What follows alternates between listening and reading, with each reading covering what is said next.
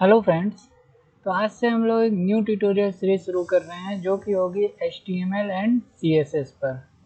और यहाँ पे हम लोग सीखेंगे कंप्लीट वेबसाइट डिजाइनिंग एंड आगे चल के हम लोग कवर करेंगे स्मार्ट लेवल पे कोडिंग के साथ बैकएंड जो हमारा होगा PHP .NET या React JS JSP। बहुत सी चीज़ें हैं वो हम लोग आगे देखेंगे, बट हम लोग बेसिक शुरू करेंगे क्योंकि किसी भी वेबसाइट को बनाने के लिए जो सबसे इम्पॉर्टेंट चीज़ है उसकी डिजाइनिंग। लाइक यहाँ पे एक लोगो है, कुछ कंटेंट है, फिर contact number, email, buttons. Then यहाँ पे आप देख रहे हैं कि एक मेन्यू बार बना हुआ है जिस पे ओवर करने पे इस तरह से आ रहा है। फिर यहाँ पे एक स्लाइडर है, ये क्लिक होने पे स्लाइड चेंज हो रहे हैं। देन नीचे आते हैं तो आप देख रहे हैं कुछ यहाँ पे 3D इफेक्ट टाइप का बना हुआ है, बॉक्स है ना, ये कुछ इफेक्ट्स आ रहा है। ये सारी चीज़ें डिजाइनिंग की पार्ट हैं जो कि केवल और केवल HTML CSS और jQuery को यूज करके ही बनाया गया। इसमें कोई भी प्रोग्रामिंग लैंग्वेज की ज़रूरत नहीं है, लाइक सी PHP हो गया, .NET, जावा, कोई भी नहीं। ठीक है।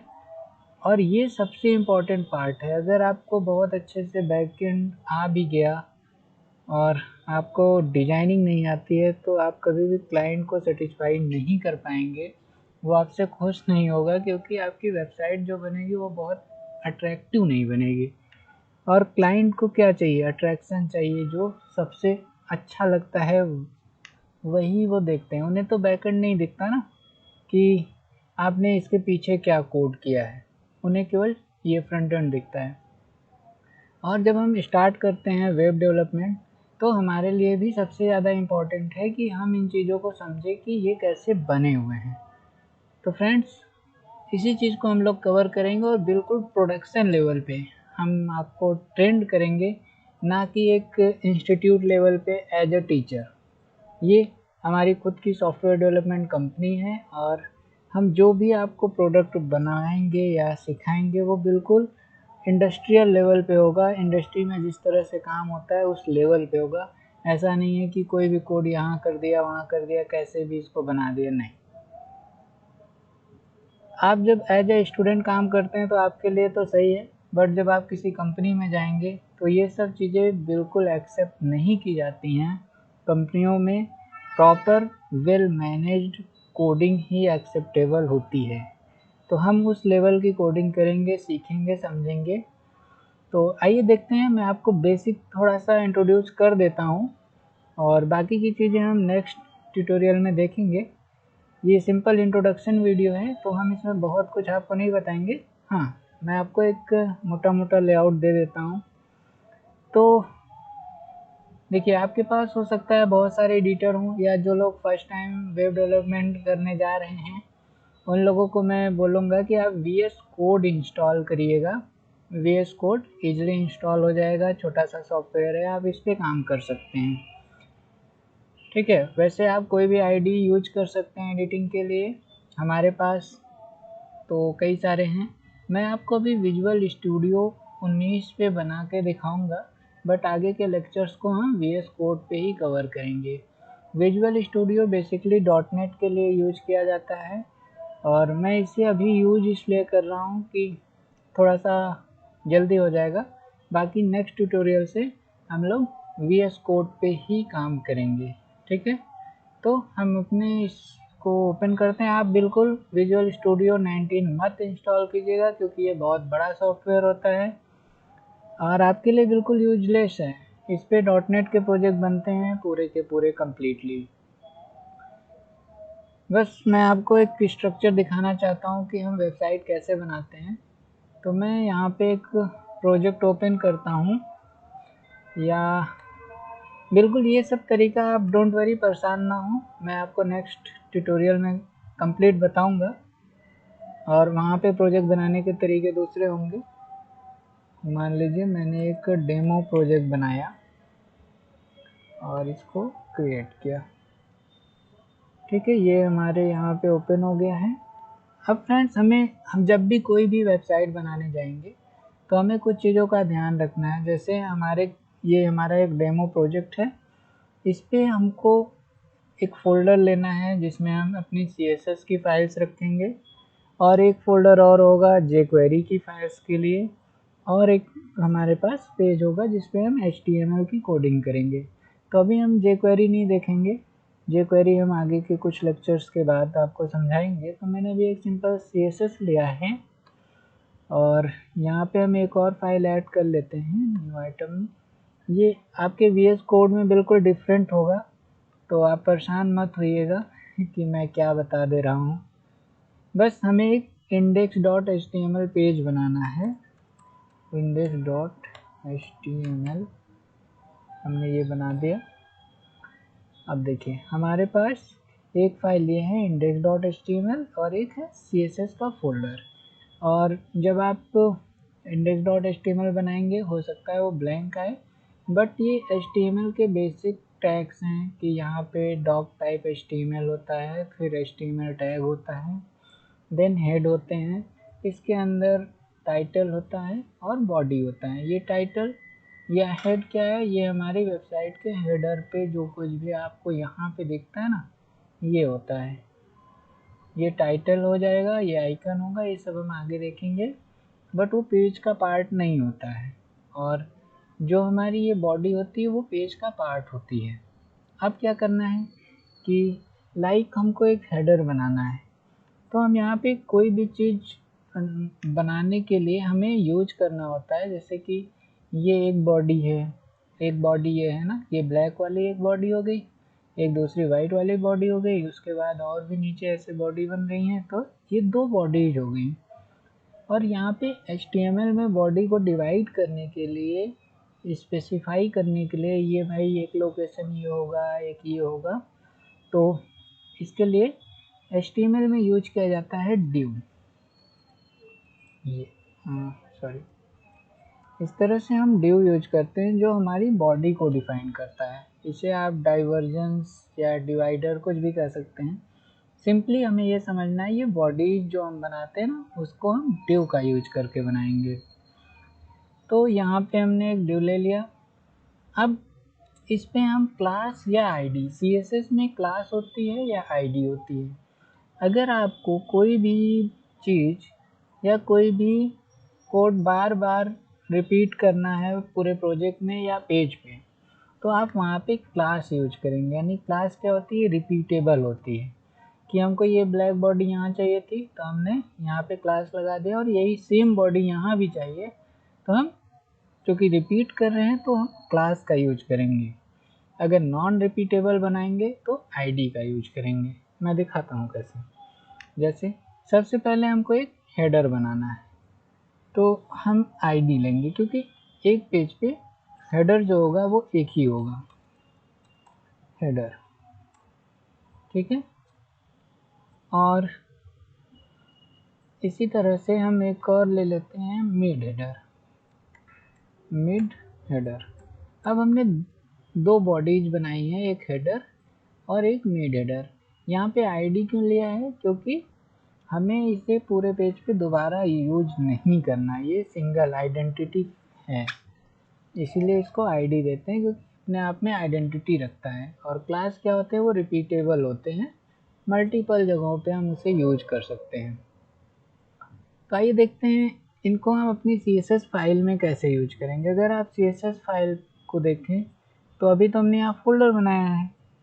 अब हम क्या करेंगे, इसको एक CSS फाइल भी क्रिएट कर लें। CSS बनाने के बहुत सारे तरीके हैं, आप चाहें तो यहाँ पर स्टाइल ले लें और इसके अंदर भी अपने कोड कर सकते हैं। मैं आपको दिखाता हूँ, ठीक है। अब हम यहाँ पे क्या किए, हैश से आपकी आईडी डिफाइन की जाती है, और अगर आप डॉट यूज करेंगे तो वो क्लास होगा।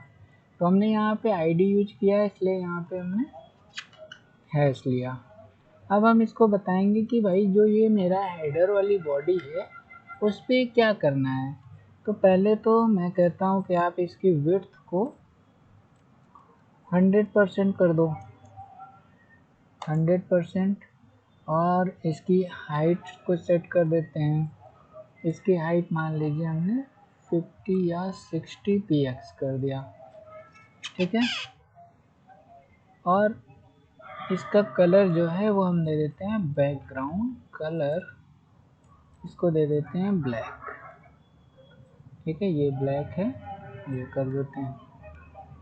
अब आप देखेंगे जैसे ही मैं इस प्रोजेक्ट को रन करूँगा तो एक बॉडी बन जाएगी जो कि ब्लैक कलर की होगी। ये हेडर, ये वाला जो ड्यू है इस पे हमने CSS अप्लाई कर दिया तो आप देखिए एक बॉडी आ गई।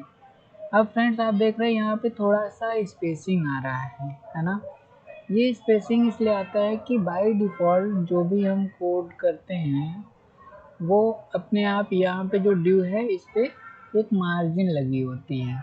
तो आप चाहें तो इसकी बॉडी का मार्जिन 0 कर दें। अगर आप बॉडी ले लें और इसकी मार्जिन को 0 कर दें तो आप देखेंगे कि इसका स्पेसिंग, आई थिंक ये पेज था, वो गायब हो जाएगा। That means by default due पे कुछ मार्जिन लगी होती है, उसको हमने 0 कर दिया बॉडी पे।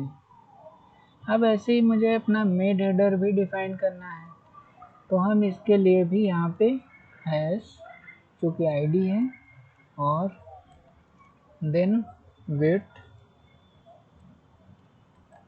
100% और हाइट, इसकी हाइट हम 30 या 50 px ले लेते हैं और इसका कुछ बैकग्राउंड कलर दे देते हैं, ठीक है। बैकग्राउंड कलर चलिए ये कर देते हैं और पेज को रिफ्रेश करते हैं तो आप देखेंगे कि यहाँ पे एक और बॉडी बन गई। तो थोड़ा थोड़ा समझ में आने लगा होगा आप लोगों को क्यों हम HTML में div यूज करते हैं और CSS। अभी जो चीज़ें हमने इसी पेज पे की इसे ऑन पेज CSS या ऑन पेज CSS कहते हैं। इसी को क्या किया जाता है कि चूँकि हमारे पास बहुत सारे कोड होंगे और इस तरह से अगर हम इसी पेज पे बहुत सारा कोड लिखेंगे तो बहुत कॉम्प्लिकेटेड हो जाएगा प्रोजेक्ट को मैनेज करना। और इसी चीज़ को अगर हमें दूसरे पेजेज पे हम और भी जब पेज बनाएंगे इस प्रोजेक्ट में तो सेम कोड की ज़रूरत पड़ेगी। लाइक ये बॉडी हुआ, ये सारे पेजेस पे आएगा ही आएगा तो हमें हर पेज पे लिखना पड़ेगा। हेडर हर पेज पे रहेगा तो ये कोड हमें बार बार ना करने पड़े, इसलिए हम एक्सटर्नल CSS यूज करते हैं। एक्सटर्नल CSS यूज करने के लिए ही हमने ये फोल्डर बनाया था। इस प्रोजेक्ट को बंद कर रहा हूँ मैं और ऐड न्यू आइटम, यहाँ पे हम स्टाइल यूज करेंगे और यूज कर लेते हैं क्या demo.css। तो यहाँ पे आप देखिए एक फ़ाइल बन गई है demo.css की और इसमें बाय डिफ़ॉल्ट देखिए बॉडी लग के आ रही है जो हमको वहाँ पे लिखना पड़ा था, ये बाय डिफ़ॉल्ट देता है। अगर हम इस कोड को यहाँ से कट कर दें और इस पेज पे डाल देते हैं तो भी ये सेम वर्क करेगा, ठीक है। लेकिन अभी मैं आपको रिफ्रेश करके दिखाता हूँ तो ये काम नहीं करेगा। क्यों? देखिए तो इसे हमें रन करना पड़ेगा अभी प्रोजेक्ट को। डोंट वरी फ्रेंड्स, ये सारी चीज़ें आपको प्रॉब्लम नहीं होंगी नेक्स्ट लेक्चर से, क्योंकि आते हैं देखते हैं। देखिए यहाँ पे कोई भी हमारी CSS इफेक्टेड नहीं है। ऐसा इसलिए हो रहा है क्योंकि हमने ये पेज तो बनाया बट इस पेज से कोई लिंकअप नहीं है। तो फ्रेंड्स यहाँ पे HTML में CSS पेज को लिंक करने के लिए ये जो हेड वाली बॉडी होती है इसके अंदर हमको ये फाइल को रखना होता है। इसको हम बंद करते हैं तभी आएगा। अब हम इस पे ड्रैग एंड ड्रॉप कर ले रहे हैं बट आप VS कोड पे नहीं कर पाएंगे। ये कोड आपको लिखने पड़ेंगे। कैसे? ऐसे मैं आपको दिखाता हूँ। यहाँ पे आएंगे, लिंक लिखेंगे और href लिखेंगे और फिर अपने पाथ डालेंगे css स्लैश, देखिए आपकी फाइल आ रही है बस। और इसको बताएंगे कि भाई जो आप फाइल कनेक्ट कर रहे हो वो क्या है, तो रील में स्टाइल शीट डाल देंगे, बस इस तरह से ये बनेगा। तो ये आपको मैनुअल लिखना पड़ता है कोड, ये विजुअल स्टूडियो होने की वजह से मैंने ड्रैग एंड ड्रॉप कर लिया। अभी आप देखेंगे, मैं इस प्रोजेक्ट को फिर से रन कर दूं एक बार, तो आप देखेंगे कि ये इफेक्टेड है। दैट मीन्स अब एक्सटर्नल सीएसएस यूज हो रही है, और हम जब भी जहाँ भी इस पेज को कनेक्ट करेंगे वो उस पेज पे इफेक्टेड हो जाएगी। तो फ्रेंड्स, आज के लिए बस इतना ही रखते हैं, और नेक्स्ट ट्यूटोरियल में हम लोग VS कोड को, ये जो VS कोड है इस पे प्रोजेक्ट बनाएंगे और काम करेंगे, देखेंगे कि VS कोड पे हम कैसे कोडिंग कर सकते हैं। और तब तक आप लोग चाहें तो, अगर आपके सिस्टम में VS कोड इंस्टॉल नहीं है तो इसको इंस्टॉल कर लें। इंस्टॉलेशन की वीडियो आपको आई बटन पे मिल जाएगी, वहाँ से जाके आप इसे इंस्टॉल कर सकते हैं।